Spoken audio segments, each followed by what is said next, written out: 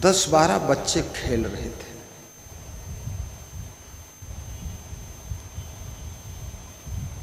एक अंग्रेज महिला अंग्रेजों के साथ में उसी रास्ते से निकलती है तो देखती है कि एक बच्चा हारता है तो भी हंसता है और जीतता है तो भी हंसता है। तो उसने कहा ये बच्चा तो कुछ अद्भुत बच्चा है। उस बच्चे से कहा तू क्या मेरे साथ चलेगा? उस बच्चे ने कहा कि मेरे पापा यदि कहेंगे तो मैं आपके साथ चल दूंगा।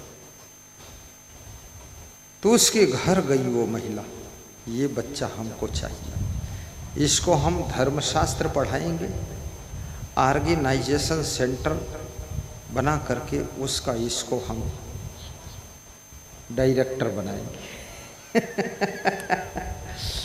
तो वो बच्चा बोला कि मैं अकेले नहीं जाऊंगा, मेरा एक भाई और चले।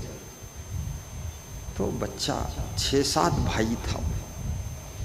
तो उसके बाप ने कहा दोनों चले जाओ तो भी कोई फर्क नहीं, क्योंकि 6-7 बच्चे हैं, यहाँ भीड़ भी ज़्यादा है, कुछ निकल जाओ। 2 बच्चे गए, उसको उस लेडीज ने पढ़ाया, तैयार हुआ, योग्य हुआ। लाखों एकड़ जमीन खरीद करके ऑर्गेनाइजेशन सेंटर तैयार किया और उस सेंटर का मालिक उसको घोषित कर दिया। और सोचने की बात है, कहाँ एक गरीब का बच्चा जिसके पास ठीक कपड़े भी पहनने को नहीं थे। कब तुम्हारे दिन बदल जाएं, कब तुम्हारा भाग्य बदल जाए, कब तुम्हारा वक्त बदल जाए, कब तुम्हारा समय बदल जाए, तुमको भी पता नहीं है कहाँ से तुम्हारा भाग्य बदलने वाला है। इसलिए कभी निराश मत होइए, उदास मत होइए, हताश मत होइए, डिप्रेशन में मत जाइए। आज मेरे पास में एक फ़ोन आया, औरैया ज़िले से, तो कह रहे थे मेरी माँ बहुत दुखी हो गई क्योंकि मेरे भाई की जो पत्नी थी उसने माँ की बात नहीं मानी और कुछ लड़ झगड़ कर मायके चली गई। तो माँ चिंतित हो गई और माँ दुखी हो गई और माँ डिप्रेशन में चली गई। और मेरी माँ 6.5 फीट लंबी थी और बहुत हष्ट पुष्ट थी और उसी के कारण वो बीमार हो गई डिप्रेशन में। तो डॉक्टर को दिखाया तो डॉक्टरों ने कहा कोई रोग तो पता नहीं चल रहा, जाओ सेवा करो, अब थोड़े दिन ही जिंदा रहेंगी। तो माँ ने कहा एक मंदिर बना दो और संत को लाकर सत्संग करा दो और मैं अब ज़्यादा दिन रहूँगी नहीं। अपनी बड़ी बहू के मनमानी करने से सासू के मन में घाव छू गया और वो उदास हो गई और उसी डिप्रेशन में एक दिन उसकी मृत्यु हो गई। याद रखना, किसका दिल तुमसे कितना अधिक जुड़ा हुआ है, इस बात का भी जरा ख्याल रखना। अपनी मनमानी करके कहीं दूसरों की जिंदगी को ख़त्म न कर देना, इस बात की भी जिम्मेदारी आपकी है, इसकी चिंता भी आपको करना चाहिए। क्योंकि इस संसार में हर व्यक्ति किसी न किसी का सहारा लेकर के जिंदा रहता है। पूरा संसार सहारा का संसार है। एक स्त्री अपने पति के सहारा से खुश रहती है और पति का मूड बिगड़ जाए, मूडी डूडी हो जाए, बहुत गड़बड़ हो जाएगा। तो याद रखना, आपका भाग्य इतना गुप्त है, इतना छिपा हुआ है, तुमको भी पता नहीं है कि तुम्हारे भाग्य का सूरज कब उदय होगा। एक चोर था, चोरी करता था,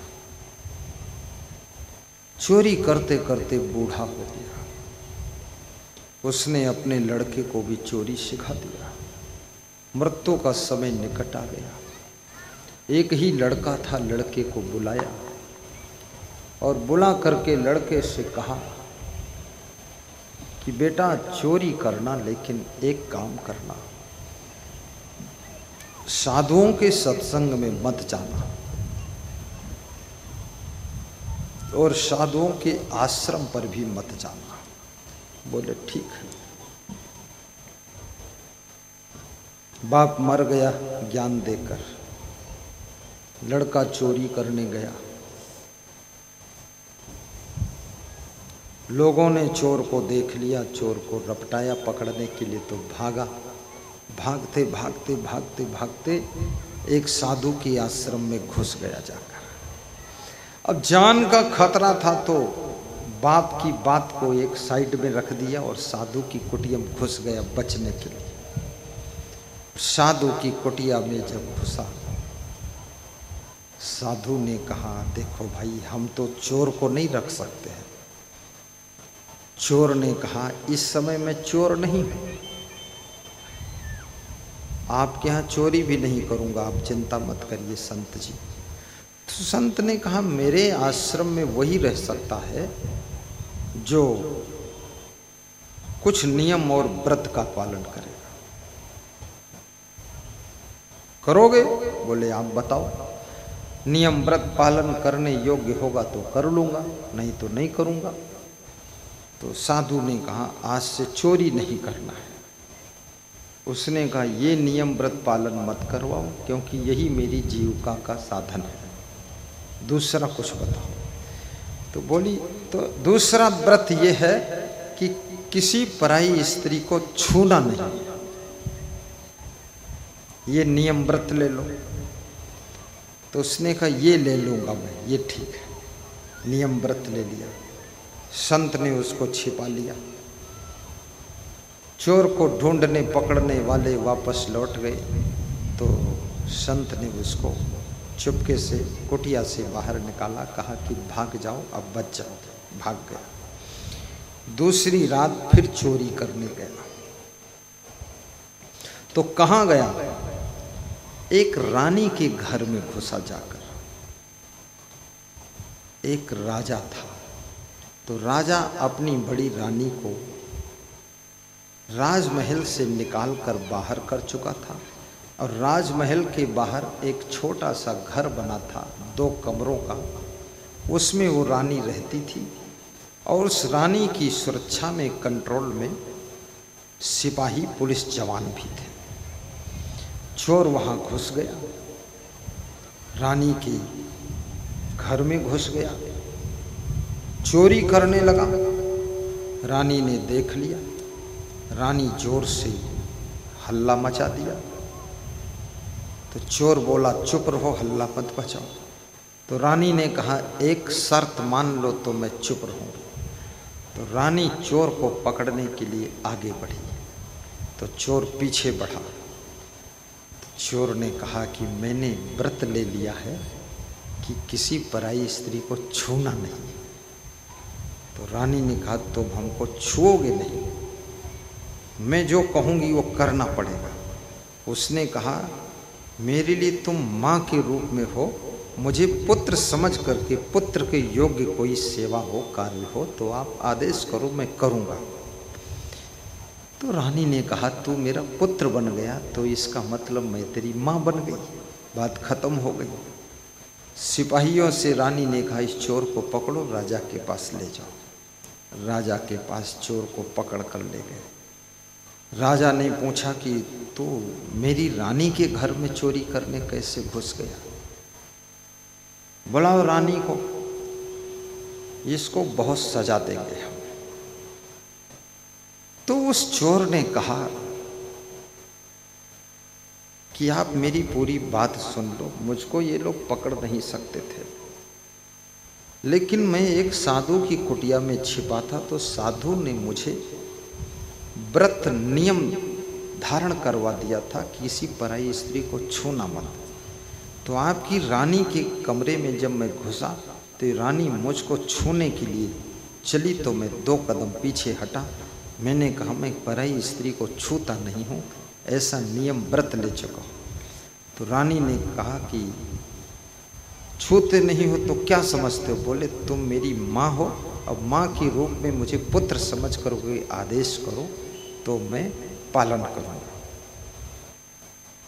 तो राजा साहब मुझे फांसी की सज़ा दे दो, लेकिन मेरी एक प्रार्थना है। फांसी की सज़ा देने के पहले एक मैं निवेदन करता हूँ कि ये जो मेरी माँ है, ये रानी, इसको जो राजमहल से तुमने बाहर निकाल दिया है छोटी सी गलती के कारण, इसको पुनः राजमहल में वापस रख लीजिए और पहले जैसा इसको सम्मान दीजिए और इसको आदर कीजिए।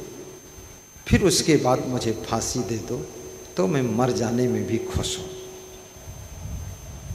तो राजा ने रानी को बुलाया कि बुलाओ उसको। रानी ने आने से मना कर दिया कि मैं नहीं आऊँगा। तो राजा स्वयं गया। तो रानी ने कहा कि देखो, मैं वापस राजमहल अब जाना नहीं चाहती हूँ, लेकिन अगर इस चोर ने ये बात कही है कि मेरी माँ को वापस राजमहल में रख लो, यही मेरी अंतिम इच्छा है, उसके बाद मुझे फांसी की सज़ा दे दो, स्वीकार है। तो मेरी भी एक इच्छा है, रानी ने कहा, मेरी भी एक अंतिम इच्छा है। वो ये है कि मेरा एक बेटा है, उसको आप अपना उत्तराधिकारी बना दो, उसके बाद मैं चल दूंगी, राजमहल में रह लूँगी। बोले कौन बेटा है? बोले कोई और नहीं है, ये चोर ही मेरा बेटा है, इसको आप राजा बनाइए। राजा बात हार चुका था। तुरंत राज तिलक की व्यवस्था हुई और चोर को राजा बनाया गया, तिलक लगाया गया, सिंहासन पर बिठाया गया। वो चोर राजा बन गया। रानी फिर से राजमहल में वापस आ गई। रानी और राजा के बीच का मनमुटाव भी खत्म हो गया। एक छोटा सा नियम बताया हुआ संत का पालन करने से चोर को राजा बनने का भी अवसर मिल गया है। बोलिए सद्गुरु भगवान की जय। ये संत के जो नियम होते हैं, व्रत होते हैं, संकल्प होते हैं, शर्तें होती हैं, कंडीशनल होता है, उससे बहुत बड़ा कुछ मिलने वाला है। इसलिए श्रेष्ठ महात्मा, विशेष महात्मा के नियम व्रत का भी पालन करना चाहिए। हमारे एक भक्त हैं,